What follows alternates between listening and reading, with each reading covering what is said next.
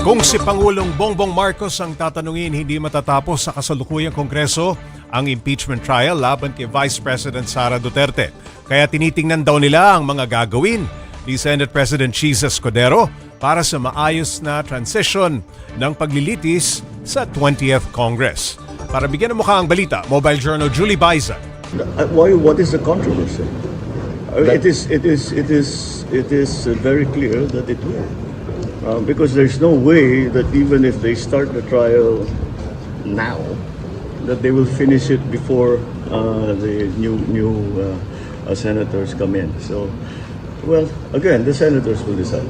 Ito ang pahayag ni Pangulong Bongbong Marcos sa gitna ng mga usapin kaugnay ng impeachment trial laban kay Vice President Sara Duterte. Dating naging Senator Judge sa impeachment ni Chief Justice Renato Corona si PBBM. Kaya ang posisyon niya, ipaubaya sa Senado ang paggulong ng paglilitis kay VP Sara. Ilang buwan na rin naman daw kasing nasa Senado ang Articles of Impeachment matapos ipasa ng Kamara noong Pebrero. We are watching, of course, what the Senate President Chis Escudero is doing to try to make it as a peaceful a transition as possible from this Congress to the next. Nagbigay din ng update ang Pangulo sa balasahan sa kanyang gabinete. Sabi ni PBBM, nasa baba na raw sila ng mga opisyal na ina-assess. What happened really here was that I put everyone on notice that you are basically all on probation.